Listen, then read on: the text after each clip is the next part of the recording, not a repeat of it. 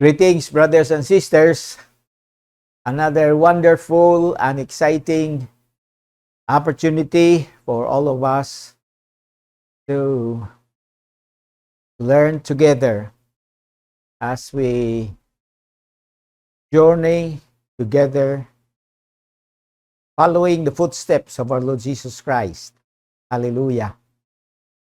And especially for our BCC people, we are on our most exciting journey of our lifetime. We are trying our best by the grace of Jesus to live our Christian life, do the works of Jesus in the best possible way, desiring to return to the original pattern of what it means to be a follower, a disciple of our Lord Jesus Christ.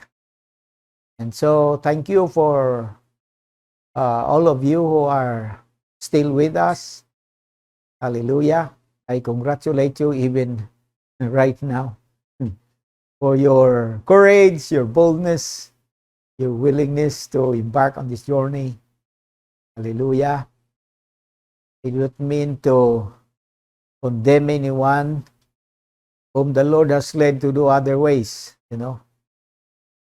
Each one of us has to hear from the Lord and obey Him.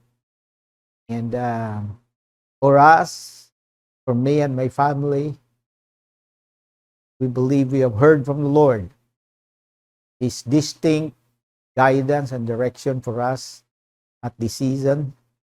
And He gave us His grace so we can take the steps of faith, obeying Him.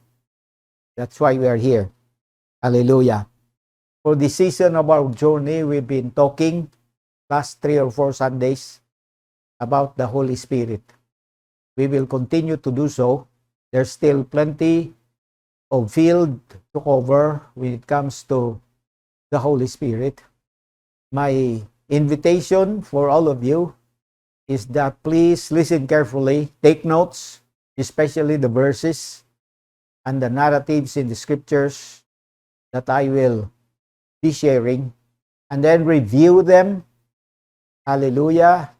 When you are alone, visit those verses, read them again, the context, especially the verses before and after, and above all, ask the Holy Spirit to teach you.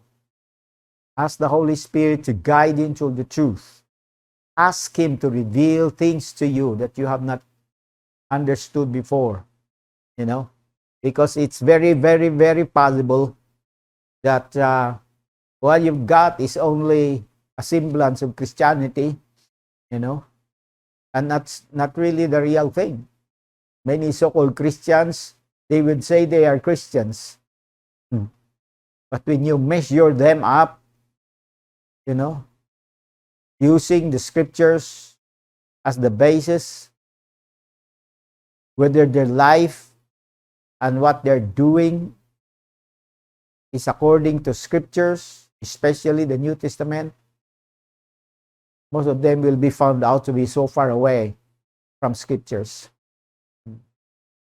So, for today's lesson, I will talk about the other special works of the Holy Spirit in a person's life. There are 4 that I will share, from here.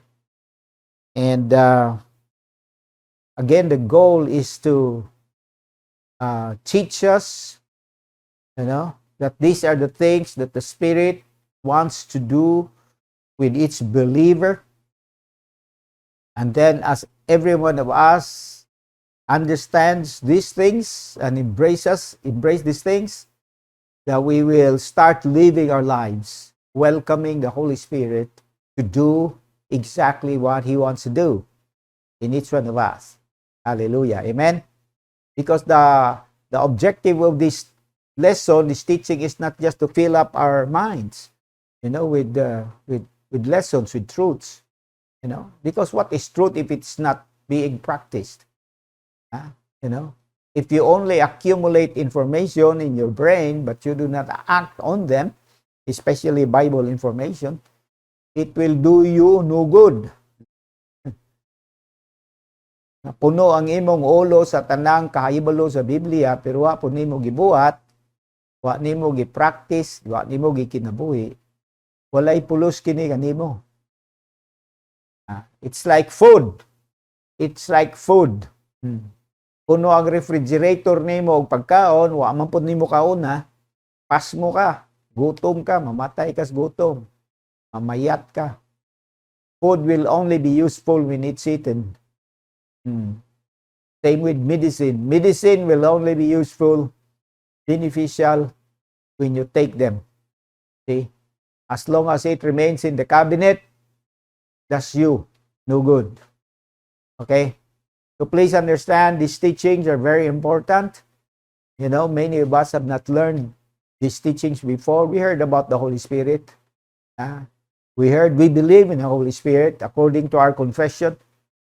But when it comes to our day-to-day living, most of us do not rely on the Holy Spirit. Most of us are not on speaking terms with Him. We do not talk to Him. We seldom talk to Him. We are not able to listen to Him, clearly hear Him. And simply, we don't obey Him in most cases. We want to know Him more. We want to befriend Him. We want to become intimate with Him. Hallelujah.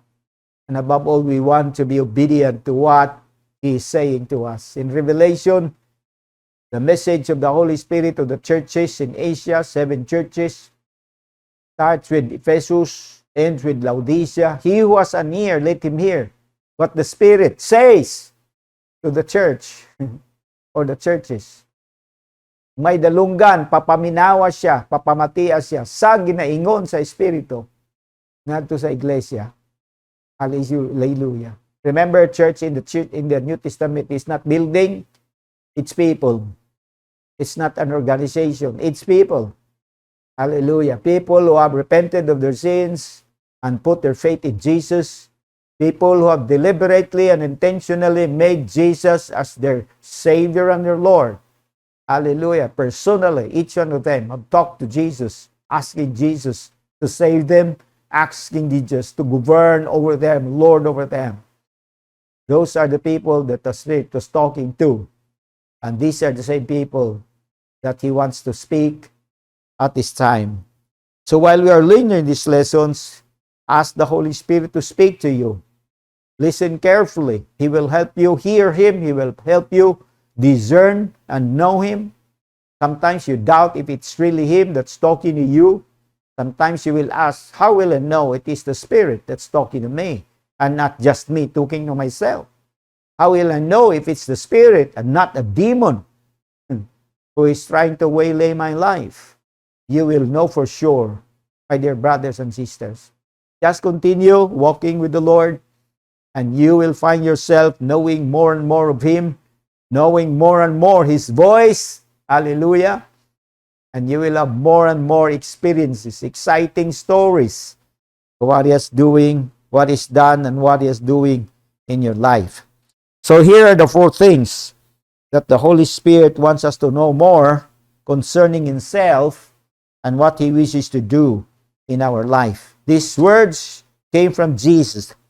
The first 2 verses or 2 things we can find in John chapter 14, verse 26. John chapter 14, verse 26. But the Counselor, the Holy Spirit, whom the Father will send in my name, will teach you all things. That's number 1. When the Holy Spirit comes in a person's life, He will teach that person all things. And then the other one will remind you of everything I have said to you. He will teach us all things, and He will remind us of everything that we heard from the Lord. Now, when He teaches us all things means all things. But primarily, these all things refers to our Christian life, the way we live our life. And at the same time, it refers to the way we serve the Lord. Sometimes we hear the word ministry. Remember, the essence of your being a Christian is you live your life every day following the example of Jesus. And secondly, you do the works of Jesus. These are two sides of the same coin. Usa lang ka sinsilyo, duha ang nawong. Pikas ug pikas. Ang usa ka nawong, you live your life following the example of Jesus. The other side of that, you do the works of Jesus. Dili pwede usa lang. You cannot have one and not the other. Kana, kauban na sila. Okay? Pareha sa nawong sa sinsilyo, kuyog na. Pirme, no? Dili pwede buutan lang ka and you are not doing the works of Jesus. Di po pwede nga active ka doing the works of Jesus, wala sad ka nagbinuutan, nabuyag ka, nangutang ka, sagunsa na lang imbuhaton nga dili maayo. Uyog na silang duwa. That's why you are called Christian. Literally, Christ-like life. That's what it means Christian. Christ-like life. Kinabuhi nga pareha kang Jesucristo. Siyempre, si Jesucristo was not only living uprightly and morally, He was also actively doing the works of the Father, teaching and the gospel and proclaiming the good news, hallelujah, of the kingdom. He was also ministering to people, healing their sicknesses and diseases and providing whatever was their need. Ang gihimo ni Jesucristo. So, He will teach us all things that's pertaining to our life, following the example of Jesus, and our life doing the works of Jesus. Now, sometimes or many times Christians would say, "Ay di ko kabalo ana," no? If you tell them, "Oh, you can start sharing your life. You can start sharing your testimony. You can start telling your neighbors, your friends, your loved ones what God has done in your life." And means di ko kabalo ana. Now, here is the good news. Holy Spirit has come into your life and He will teach you all things. Yes. Okay. It's good to say that you do not know. But it's bad when you say it all the time. 20 na katuig, maulang gyapon na imong ginaingon, di ko kabalo. Dili na maayo. Kung nagsugod ka nga, dili kabalo, okay lang na. Pero 5 years na, 10 years na, 15 na katuig, 25 na, sige lang gyapon kang imong di ka kabalo, dili na namawig so on. Because if it is true that the Holy Spirit lives in you and you are on talking terms with Him, He will teach you all things. There you are. You see? There you are. Holy Spirit, mutudlo siya kanimo. He will send someone to teach you. He will bring you to a company of people. And there, while you watch what they are doing, you will learn from them. And in that way, the Holy Spirit is able to teach you. But there are moments when you and the Holy Spirit alone, as you talk to Him and as He talks back to you, you will learn many things from Him. Hallelujah. Amen. But He has so many ways, so many ways of teaching the people of God. Hallelujah. But please understand, behind all this is the sovereign hand of the Holy Spirit who wants to teach us everything. He wants to teach everything that we need to know, we need to learn, everything about the Christian life, everything about the Christian ministry that we need to learn. Holy Spirit has the ability to teach us. Hallelujah. No? He will help us to overcome our shyness, our shyness. Atong pagkamaulawon, tabangan taana niya, ma-overcome nato na, di ba? Okay lang na maulawon ka basta pagsugod, no? Pero kung maulawon ka, 25 na katuig, maulawon lang gyapon ka. Since you became a Christian, 25 years already has elapsed and you're still maulawon, that's not good. That's not good. Even sabihin, wala dyan ka nag-relate properly with the Holy Spirit. As you have heard me testified about my personal walk. When I grow up, I was a very maulawon na person, very introvert. I'd rather live by myself.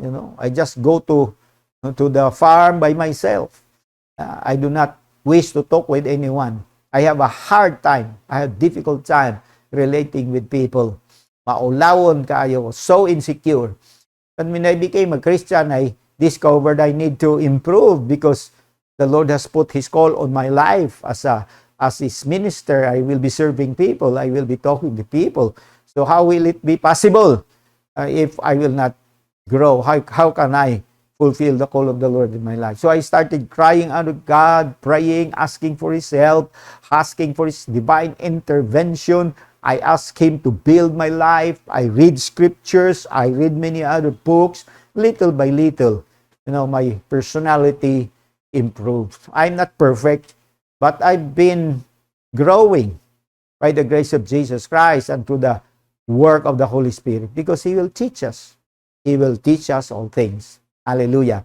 And then another in this verse will remind you of everything I said to you. Because, in the case of the disciples, for 3 years and a half, they have learned so many things from Jesus Christ. Parables, stories, many, many more. They have heard them because they walk with the Lord every day for 3 years and a half. They live with Him.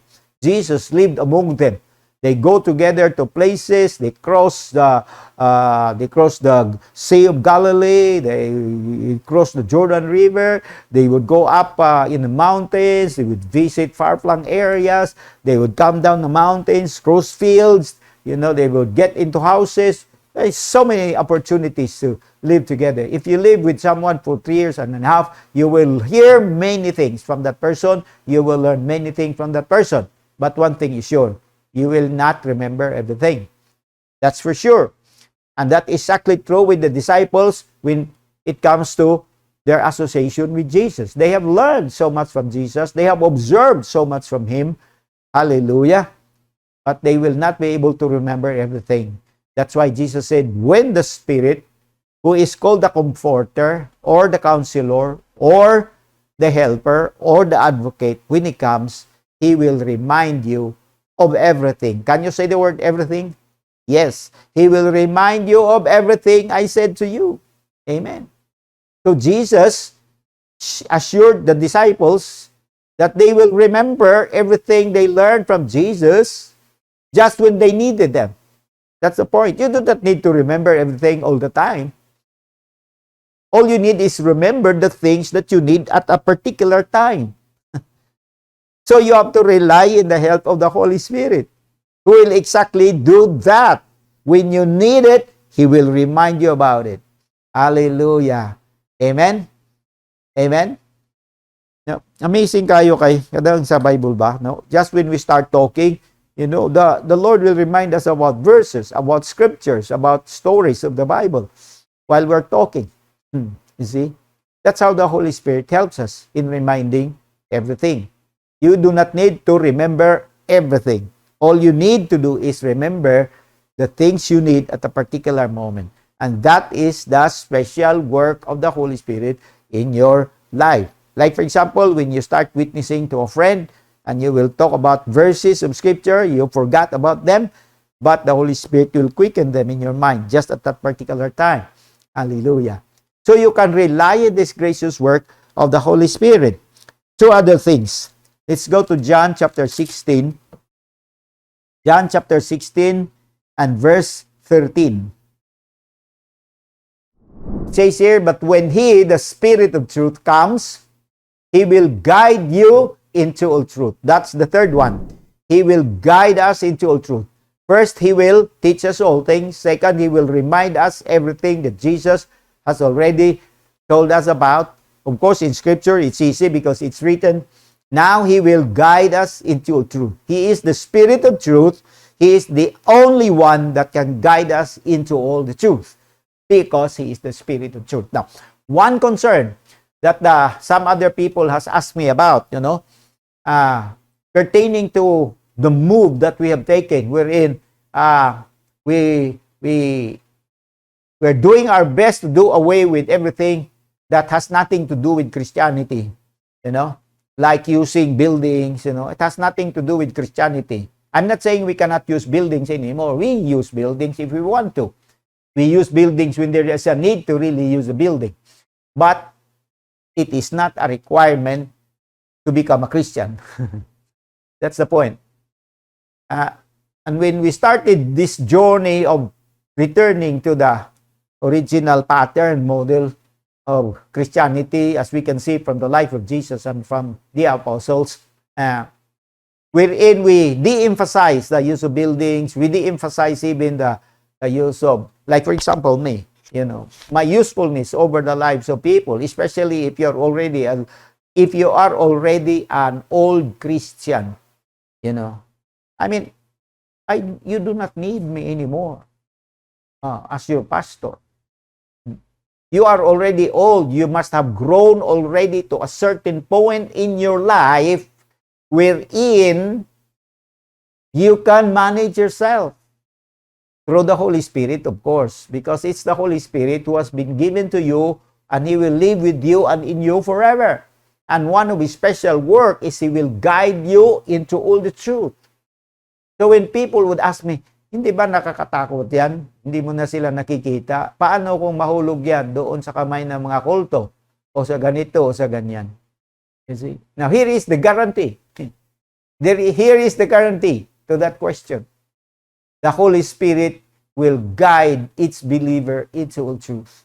So what we need to teach actually is for the Holy Spirit to become real and actual in each person's life.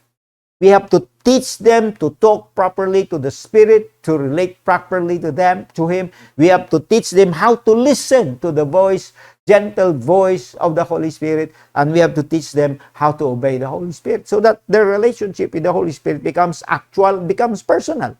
Hallelujah. Ang atin naman na role, very minimal na lang pagdating ng araw. You see? Because it is the Holy Spirit who will guide them into all truth. Jesus was telling them, because when Jesus released these words, He already foretold them in advance, or told them in advance, it is for your good that I go away. You can read that in John 16, verse 7.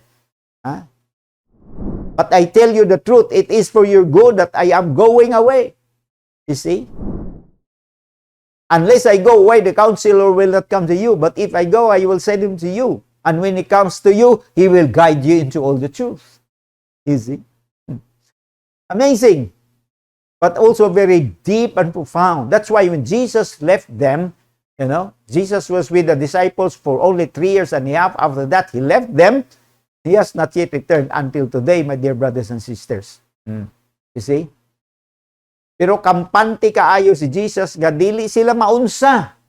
Why? Because the Holy Spirit will come in His place, and then He will be the one, the Holy Spirit will be the one to guide them, moment by moment guidance, so that none of them will miss the way. They will always be walking on the way in the truth and in life, through the Holy Spirit, for the glory of Jesus. He will guide you into all truth. And then another very exciting the statement that Jesus has given back in chapter 16, verse 13. Jesus said, He will speak on what He hears, and He will tell you what is yet to come. He will guide you into all truth, but when He, the Spirit of truth, comes, He will guide you into all truth. He will not speak on His own. He will speak only what He hears, and He will tell you what is yet to come. The last line, please understand that in your Bible, my dear brothers and sisters. This is the fourth special work of the Holy Spirit in a person's life. What will He do? He will tell you what is yet to come. Sultian mo niya sa mga butang nga umabot. Now, how important is this, my dear brothers and sisters? Don't you know that is one of the most important things that persons will want to know? Is their future. They want to know their future. They want to know what's happened to them next week, next month, next year.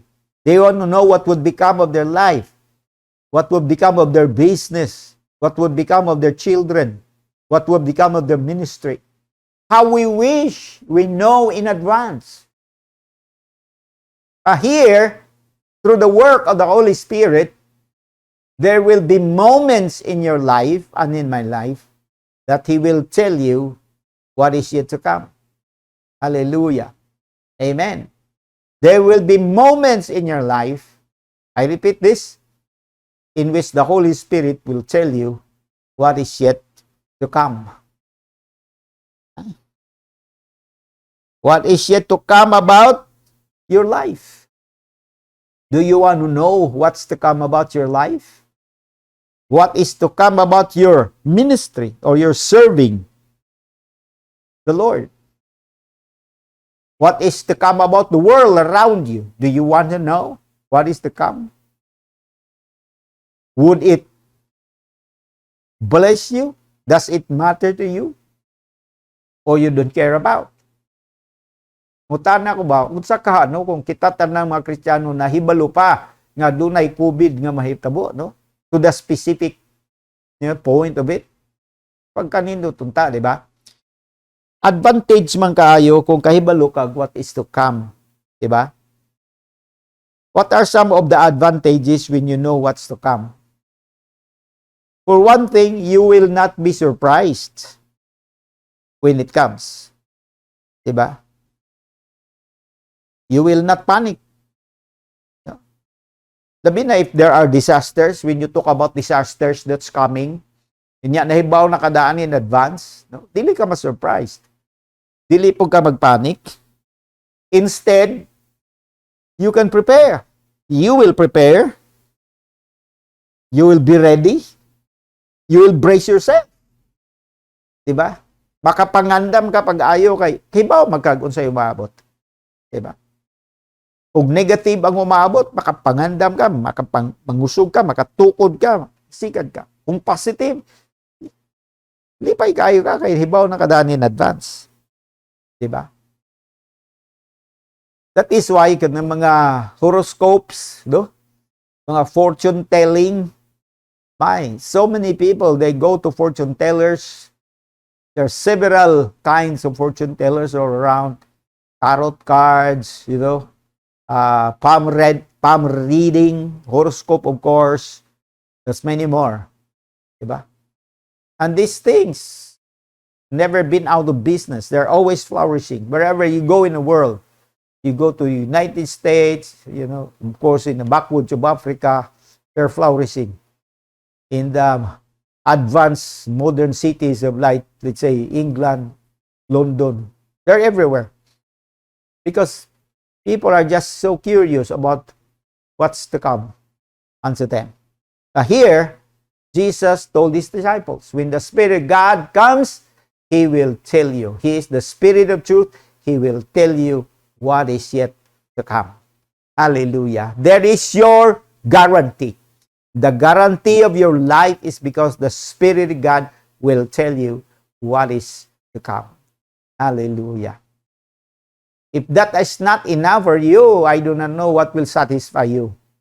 But when you know that the Lord knows what is to come about your life, that is reason enough to become firm, strong, and stable. Full of peace and joy in your heart. No more worries, no more anxieties. No more depression. Grabe na yung word na depression. Dagang kayo mga Kristiyano. Kristiyano kuno sila pero they struggle with depression. Ma-depress man pong ka. Okay. If you know these things that I am talking about concerning the special work of the Holy Spirit, and this Holy Spirit, the third person of the Trinity, lives inside of you, and when He lives inside of you, Jesus said, it's just the same as the Father and the Son lives in you. It's just the same that the God who created the heavens and the earth, now lives inside of you because His Holy Spirit lives in you. And how can you be depressed when the God of the universe lives in you? If you're on talking terms with Him, if He speaks to you and that you are speaking to Him, don't you know that when He speaks to you, He speaks life? His word is life. He breathes life to you. Hallelujah. So ka na mga depression ba? Amot lang, no? I have some worryful moments in my life. I have a couple of weeks living my life when I was full of worry, anxiety. I never was depressed. I can't remember na depression. I do not say that to brag. I'm saying that as a testimony. My firm belief is walay anak sa Diyos nga insakto ang pagkigrelasyon niya sa iyang amahan nga nasa langit o kang Kristo nga iyang manluluwas o sa Espiritu nga mao ang maglilipay, mananambag, magtatabang, manlalaban, unya mag-suffer og depression. So if you're, just in case you're listening to me, watching this broadcast, and you are being attacked by the spirit of depression, you can rise up in the name of Jesus, use your authority, and by the power, the blood of the Lamb, through the active work of the Holy Spirit, you can deal with that spirit of deception and depression, break its hold over your life, cast it away from you, and forbid him to return. Forbid that spirit to return. So you can start living your life in freedom, joy and gladness. You can start obeying the Lord. You can start being used by God powerfully. You will have a testimony. Hallelujah. Amen? So, the Holy Spirit, He will teach us all things. Holy Spirit will remind us everything we heard from the Lord. The Holy Spirit will guide us into all truth. The Holy Spirit will tell us what is to come. Hallelujah. The purpose of telling us what's to come is to relieve us from worry, from anxiety, from fear of the future, from fear of the unknown. We can live a life fully depending on the Holy Spirit, rejoicing and enjoying His favor, and concentrate on what He is telling us to do. Concentrate on fulfilling the assignment that He gives to us. Concentrate on partnering with Him to advance the kingdom cause of the Father and of His Son, Jesus Christ. We can focus on what we need to focus upon instead of being sidetracked, hallelujah, by the works of the enemy. Praise be to God. Thank you, Father, for giving us your Holy Spirit in the name of Jesus. Thank you, Jesus, for assuring us that it is for our own good that you go away, that you are not physically present. It is for our own good. And instead of you, the Holy Spirit has come. Hallelujah. Holy Spirit, thank you for coming. Thank you for dwelling and living inside of each one of us. Our body is now your temple, oh Holy Spirit. Hallelujah.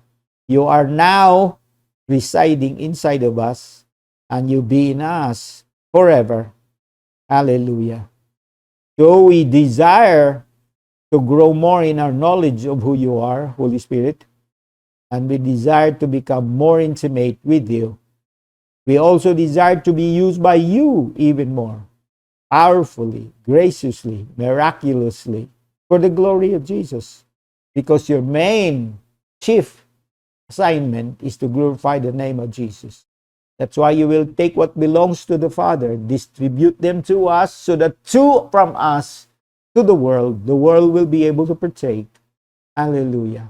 Even a little bit of what heaven has to offer. And it is enough that they will turn their back from sin in the world and give their lives to the Father and to the Son. Salamat, O Lord. Thank you, kaayo. Holy Spirit, you will help us all this. No, tabangan mi ni Holy Spirit, kay ikaw gyud mo tudlo namo, mugiya, ikaw mo pahinumdum, ug ipadayag nimo ang mga umabot nga mag-gets kamo tanan nga ginahimo nimo sa among ginabuhi. Hallelujah. I pray kung asa man ng puyo ang imo mga katawan, labi na kadtong nagpuyo sa laing mga lugar, laing mga nasod, away from their families. Many of them are away from their families, O Lord. And yet you have an assignment for them. You want to use their lives. I pray that God, you will give them understanding, revelation, O Lord. Dili lang magsigig trabaho, O Lord, but they will think about your kingdom agenda and your calling on their life, O Lord. You will lead them, guide them, teach them, remind them. Holy Spirit, I rely on you. In Jesus' name, amen. Just in case you have received a blessing, from this broadcast and many other broadcasts, just also if you were watching, you are not from BCC, but you are availing of this opportunity to learn, please feel free to let us know That would encourage me, that would encourage our team. At the same time, it might be possible na, gi-arrange si Lord, no?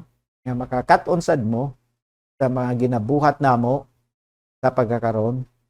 Malay mo, basig gina-invite ka ni Lord to join our team to walk together with us in this journey. Dili ni siya pareha sa uban lang, simba-simba lang kada Domingo, mga igsoon. We are being invited to live a life that is obeying the Lord, the Holy Spirit, moment by moment sa atong kinabuhi. We're done with religion, we're done with everything, ritual lang, ceremony lang. We want the real thing from the Lord. Hallelujah. God bless you, Romontag. Amen.